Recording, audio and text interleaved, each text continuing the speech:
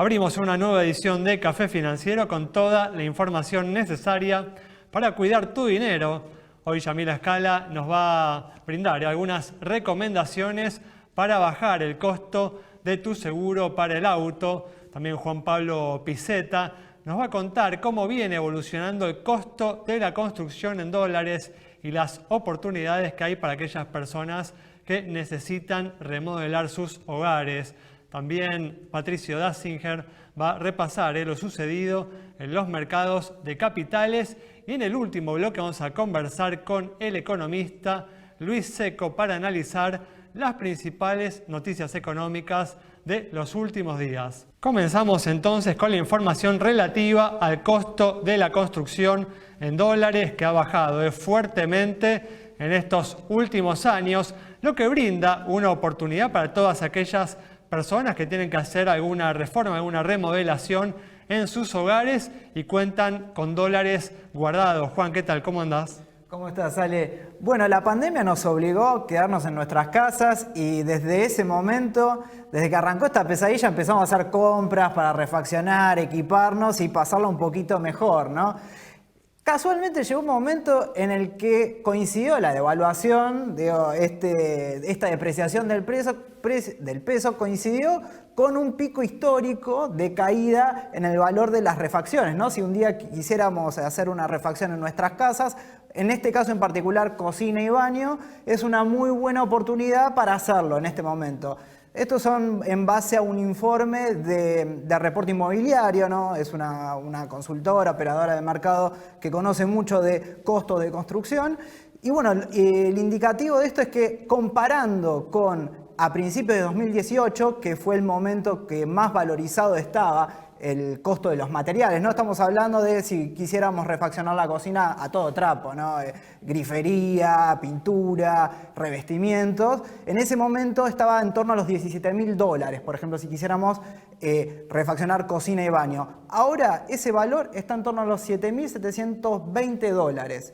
Es una buena oportunidad para el caso de aquellas personas que tienen guardado dólares, billetes, y puede venderlos, ¿no? en los mercados formales e informales y pueden acceder al precio en torno al blue, ¿no? Ese cálculo está hecho con el valor del dólar en el mercado informal, ¿no? Exactamente, está hecho en torno a 180 pesos de ese valor. Tal vez no sea tan provechoso si se hace una refacción en pos de vender, ¿no? La propiedad, ahí ya el rendimiento no es tan lineal, pero sí es una buena oportunidad para sacarle provecho a esos dólares y hacer rendir el dinero en caso de poner en valor la propiedad. Sí, esos dólares rinden mucho más ahora que tenemos un valor histórico muy alto del dólar en el mercado informal que en otros momentos justamente de la economía argentina. Exactamente. Muy bien, bueno, vamos a comenzar y ahora el repaso de lo sucedido en los mercados de capitales con Patricio Dassinger. Y justamente, bueno, lo que viene sucediendo en el mes de agosto es un buen desempeño de los índices bursátiles norteamericanos a pesar de los temores suscitados por la variante Delta del coronavirus, con por ejemplo aumentos en los índices Nasdaq y Standard & Poor's por encima, y S&P, perdón, por encima de del 2%. ¿Es así, Patricio? ¿Qué tal, Alejandro? ¿Cómo estás? Sí, es correcto, Alejandro. Este es un año de recuperación de la economía global. La economía global este año está creciendo alrededor del 6.2%. Eso es un crecimiento muy fuerte. Ahora, al mismo tiempo, vemos que con el crecimiento de la economía global, la inflación está subiendo en el mundo. Y esto está ocurriendo en la mayoría de los países. De hecho, en Estados Unidos, el último dato de inflación fue de alrededor de 5.4%. Esto es muy superior al 2% que presenta Estados Unidos en promedio en los últimos 30 años. Es por eso que el foco hoy de los inversores globales es entender qué va a hacer la Reserva Federal en cuanto a su política monetaria en los próximos 2 años. ¿Qué va a hacer con su política de tasa cero y qué va a hacer con la compra de activos financieros en el mercado? Obviamente, con la crisis de la pandemia, la Fed tuvo una política monetaria expansiva, bajó las tasas a cero y además está comprando activos financieros en el mercado. Pero... Nosotros esperamos que en el mes de diciembre o enero la Fed empiece a comunicar al mercado que va a dejar de empezar a comprar activos financieros. Y esperamos que ejecute eso durante 2022. Con respecto a la política de tasa cero, esperamos que durante este año las tasas se mantengan en cero, en 2022 también se mantengan en cero y recién la Reserva Federal empiece a subir tasas en 2023. ¿Y esto, Patricio, puede generar algún aterrizaje duro en los mercados de capitales norteamericanos, teniendo en cuenta el gran desempeño que han mostrado desde el momento, ¿no?, desde el piso que tuvieron ahí al inicio de la pandemia hasta el día de hoy, ¿no? Sí, obviamente que siempre hay riesgos en la economía global. Nosotros esperamos que la Reserva Federal haga esta de manera muy suave para que los mercados lo tomen bien. Claro. Obviamente que si la inflación es muy por encima de lo esperado, la Fed va a tener que anticipar todo esto y eso obviamente puede traer correcciones. Muy bien, perfecto. Bueno, Patricio, vamos a seguir viendo a ver qué oportunidades se plantean a partir de esta evolución que vienen mostrando los mercados de capitales internacionales. Ahora vamos a volver a nuestro país y justamente en los últimos días se conoció un informe que muestra que la Argentina es el país en el que resulta más caro, el segundo país en el que resulta más caro comprar y mantener un automóvil. Bueno, Yami, ¿cómo podemos hacer para lidiar con esta situación desde el seguro del auto, ¿no? Sí, a ver, el primero es Turquía, entonces claramente podemos observar si hablamos de inflación y de cómo se hizo este estudio muy particularmente sobre 40 países, donde se consideró el salario anual promedio y los gastos asociados del auto y de tener un auto, porque la primera decisión está ahí, ¿tengo o no tengo un auto? Ahora, si uno decide tenerlo, la realidad es que tiene que considerar que, según la Ley Nacional de Tránsito, hay, por ejemplo, un seguro obligatorio que presenta distintas opciones. Y ya en esas opciones es que uno encuentra una variabilidad, no solo referida a la cobertura, sino también el precio. Ahora, siempre decimos, ¿es el precio la única variable a través de la cual yo puedo elegir este seguro o yo debo elegir este seguro? Bueno, y ahí aparece, bueno, si justamente estamos hablando del bolsillo, ¿a qué te referís? Bueno, mismo dentro de cada tipo de cobertura hay opciones de adicionales que se pueden sumar o quitar, el concepto de franquicia asociado a lo que es seguro todo riesgo. Ustedes saben este valor a partir del cual se hace cargo la compañía de seguros, ¿sí? de por ejemplo, una reparación. Entonces, bueno, de repente ver la posibilidad de en qué nivel la ubicamos, entendiendo que hay muchas promociones de muchas aseguradoras que, como toda promoción, tiene su estructura, también la calidad, como siempre indicamos, de respuesta, ¿sí? Para eso tienen a disposición los datos siempre que arrojan los premios prestigio. Y esta cuestión, ¿sí?, de entender, bueno, ¿para qué uso el auto? ¿Cuándo lo uso? ¿En qué zona estoy radicado? ¿Cómo calcula la aseguradora ese valor? Mismo estuvimos hablando hace muy poco tiempo de este costo asociado al comportamiento y cómo se va a ir avanzando cada vez más y más en esa materia, de que sea todo más de alguna forma ajustado a el distinto comportamiento que uno tiene al volante. Todas cuestiones a considerar para, bueno, esta parte, ¿sí?, de lo que sale mantener un auto por mes también sea considerada estando protegidos lo suficiente, porque a ver, si uno está en la calle, tiene un problema con el auto, necesita que alguien responda, ni hablar de un daño a una persona, pero también por cualquier otra cuestión. Y bueno, las diferencias, finalizando, como ustedes saben, de las distintas coberturas tienen que ver con si está también incluido el incendio, el robo, ¿sí? Y después ya hay muchas otras, ¿sí?, variables a considerar que también forman parte de las distintas pólizas de seguro. Sí, no se trata de bajar el costo a lo loco, ¿no? Pero justamente hay variables y cuestiones que uno puede tener en cuenta para bajar el precio que uno paga por el seguro todos los meses. Cerramos con esta información, este bloque. Quédate con nosotros. En instantes regresamos con mucha más información.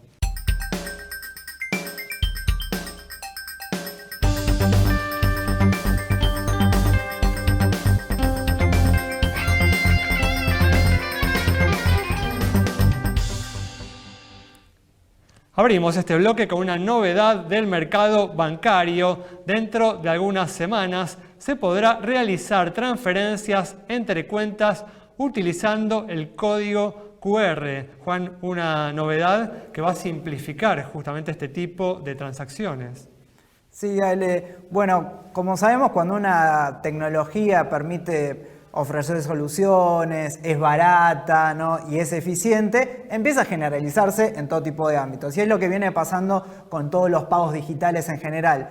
Bueno, es el caso, como lo decía, es el caso de la tecnología del código QR, que como ya conocemos, se empezó a implementar hace un tiempo, sobre todo en determinadas compras del sector minorista, ¿no?, y bueno, también en Mercado Libre. Y lo que definió ahora el Banco Central es que va a obligar a los bancos y a las fintech para que otorguen un código QR a las cuentas corrientes de las personas físicas y a las empresas, a las personas jurídicas que son las empresas, comercios y todo este tipo de quienes están, todas las empresas que necesitan este tipo de operaciones. Claro. Lo que deja de lado este tipo de normativa es las cajas de ahorro, ¿no? Va a afectar a las cajas de ahorro, pero sí a partir de las cuentas corrientes, a partir de, en un plazo más o menos de 60 días, es lo que dispone el Banco Central, es que van a existir esta opción, el alias, que ya existía, por ejemplo, para hacer las transacciones,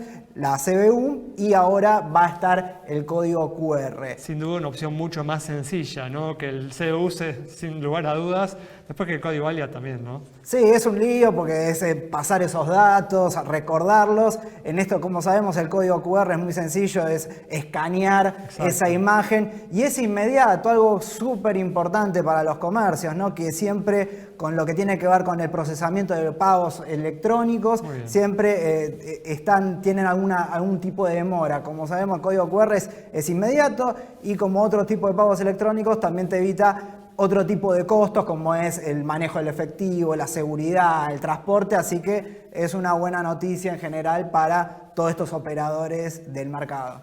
Muy bien. Bueno, y para completar el bloque vamos a repasar algunas recomendaciones de inversión. Patricio, vos trabajás observando, buscando oportunidades en los mercados de capitales globales. ¿Qué oportunidades estás viendo hoy? Son las más prometedoras.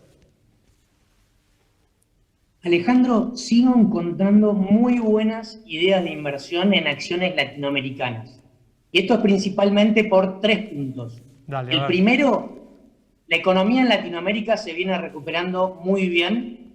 Obviamente, el año pasado, debido a la crisis de la pandemia, la economía latinoamericana se contrajo fuerte, pero este año vemos lo opuesto, vemos una fuerte recuperación. Y estimamos que la economía en Latinoamérica debería crecer 6,5% y debe continuar creciendo otro 3% el año que viene. Y estamos viendo esto en todos los países. Brasil debería crecer 5,5%, México 6%, Argentina 6,5%, Perú 10%, Colombia 6%. Vemos una recuperación muy fuerte. ¿Y cómo aprovechar, Patricio? ¿Cómo subirse a esta recuperación? Entonces, vemos muy buenas ideas en acciones latinoamericanas por esta recuperación de la economía latinoamericana. La idea es comprar fondos que inviertan en las mejores compañías latinoamericanas. Quiero repasar igualmente 2 puntos más, muy importantes. A ver. Uno es la vacunación.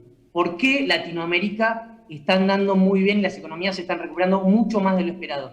La vacunación está muy fuerte en Latinoamérica. Esto es un preconcepto que hay, que Latinoamérica o algunos países no están vacunando, y Latinoamérica está muy por encima del mundo, está en 80 dosis por 100 habitantes, versus el mundo 65 dosis cada 100 habitantes. De hecho, Chile y Uruguay está por encima de Estados Unidos en vacunación, y Argentina y Brasil, si siguen en este trayecto, lo van a pasar a Estados Unidos. Esto lo que está haciendo es que las economías crezcan mucho más de lo esperado. Y otro punto importante, por qué me gustan acciones latinoamericanas, es el precio de los commodities. El precio de los commodities está en niveles muy altos históricamente. Si miramos la soja, el maíz, el mineral de hierro, el cobre. ¿Por qué esto es muy importante? Porque Latinoamérica es el exportador de commodities del mundo. Perfecto. 50% de las exportaciones de commodities 50% de las exportaciones en Latinoamérica son de commodities. Muy Y bien. esto está generando mucho crecimiento en la región. No solo afecta a las exportaciones, sino la recaudación de impuestos y también Perfecto. muchas compañías productoras de commodities en Latinoamérica. Muchas gracias, Y por Patricio. último, Tengo que cerrar, nos quedamos sin tiempo, perdón. Seguimos en la próxima. saludos. Cerramos entonces este bloque con las recomendaciones de Patricio Dassinger. Quédate con nosotros. Al regreso vamos a estar dialogando con el economista Luis Seco.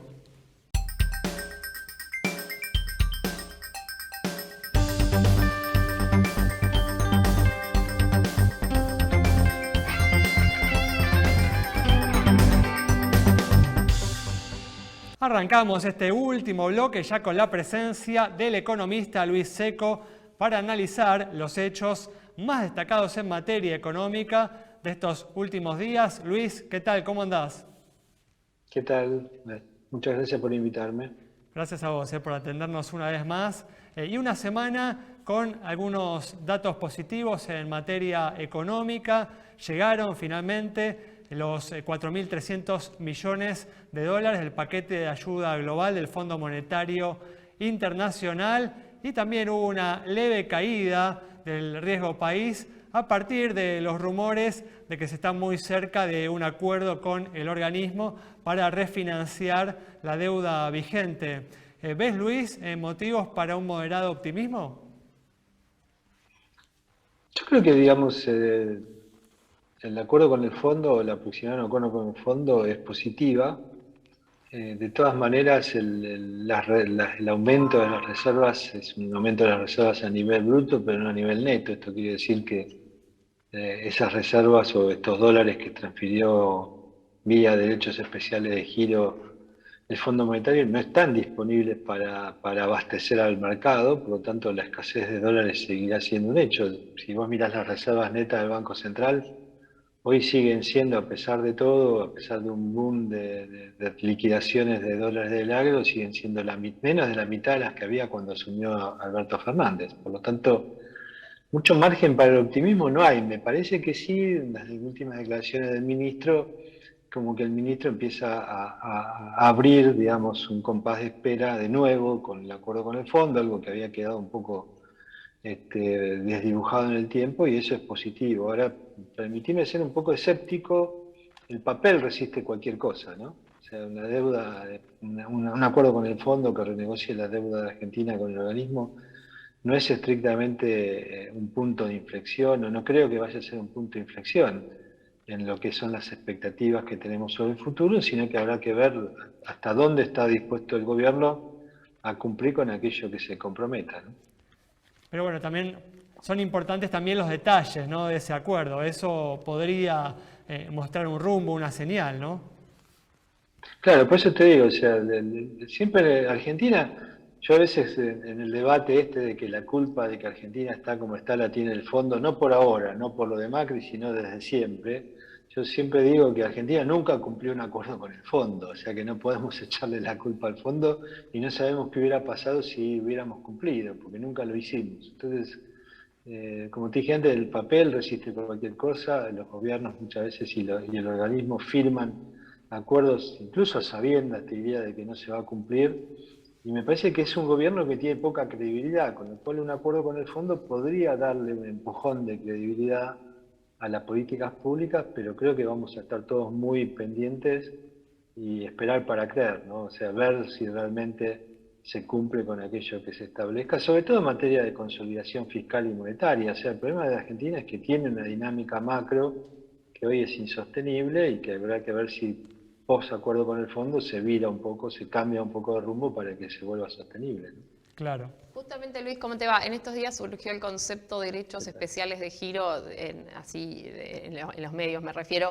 ¿Qué son exactamente y por qué se dice que le dan un respiro a Guzmán? Es la moneda del fondo, ¿no? Entonces se supone que cada país tiene una cuota y eso capitaliza al fondo, y a su vez el fondo le da a cambio de esa capitalización que hace cada uno de los países derechos especiales de giro, que es la moneda del fondo. ¿Por qué le da un respiro? Porque si bien esos derechos especiales de giro no son convertibles estrictamente al dólar, Lo que sí puede hacer el gobierno o los gobiernos es para usarlos para pagar, por ejemplo, la deuda con el Fondo Monetario. Que Aunque hay vencimientos justamente importantes, ¿no?, en los próximos meses, Luis. Sí, claro, digamos, ya empiezan los vencimientos. Hasta ahora venimos pagando regularmente los intereses, pero ya empiezan los vencimientos de capital, que cada cuota son algo así como 1.800, casi 1.900 millones de dólares.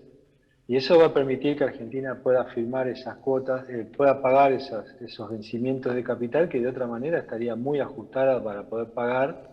Y entonces podríamos llegar a un acuerdo con el fondo sin haber entrado en default con el fondo, o sin por lo menos estar en cesación de pago. Claro, Luis, se pueden realizar esos pagos sin que esto impacte en las reservas internacionales del Banco Central. Van a impactar en las reservas brutas, pero no en las de libre disponibilidad. Exacto, sí, no las netas, exacto, sí. Claro, que son las que se pueden usar para intervenir en el mercado cambiario, que siguen, como te dije antes, siendo muy bajas. Exacto. Luis, y recién hablabas de la economía toda y no podemos hablar de la economía sin hablar de inflación en este momento. ¿Cómo podría el gobierno controlarla en esta instancia?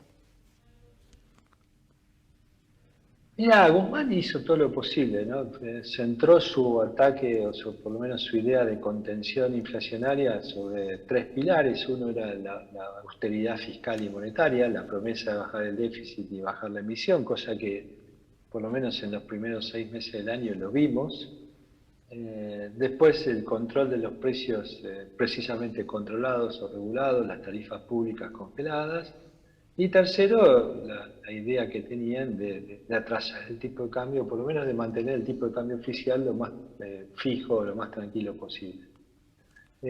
Ahora, la segunda y la tercera pilar, digamos, la contención de los precios regulados y la del dólar oficial, que en definitiva es otro de los precios regulados de la economía, en el pasado nunca sirvieron demasiado. Y el primer pilar, que es la austeridad fiscal y monetaria, todo el mundo dijo, bueno, es fácil hacerlo en los primeros meses del año, habrá que ver qué pasa en la segunda mitad del año, en la que estamos viviendo y transcurriendo ahora.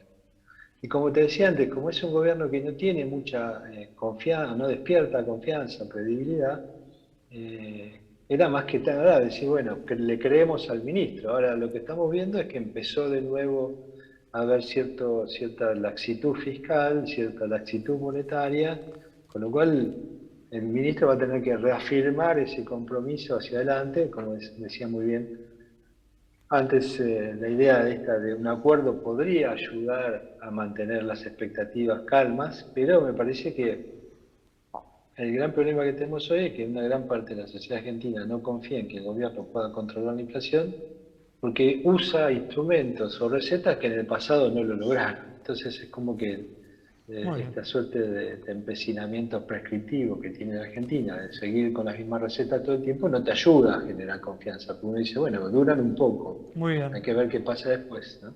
Muy bien, Luis, muchas gracias. Cerramos entonces es un gran placer. El programa de hoy con el análisis del economista Luis Seco, analizando justamente en profundidad la evolución que viene teniendo la economía en esta previa electoral y las posibilidades de una recuperación luego de las elecciones. Nos reencontramos el próximo viernes a las 19:30 aquí en Metro.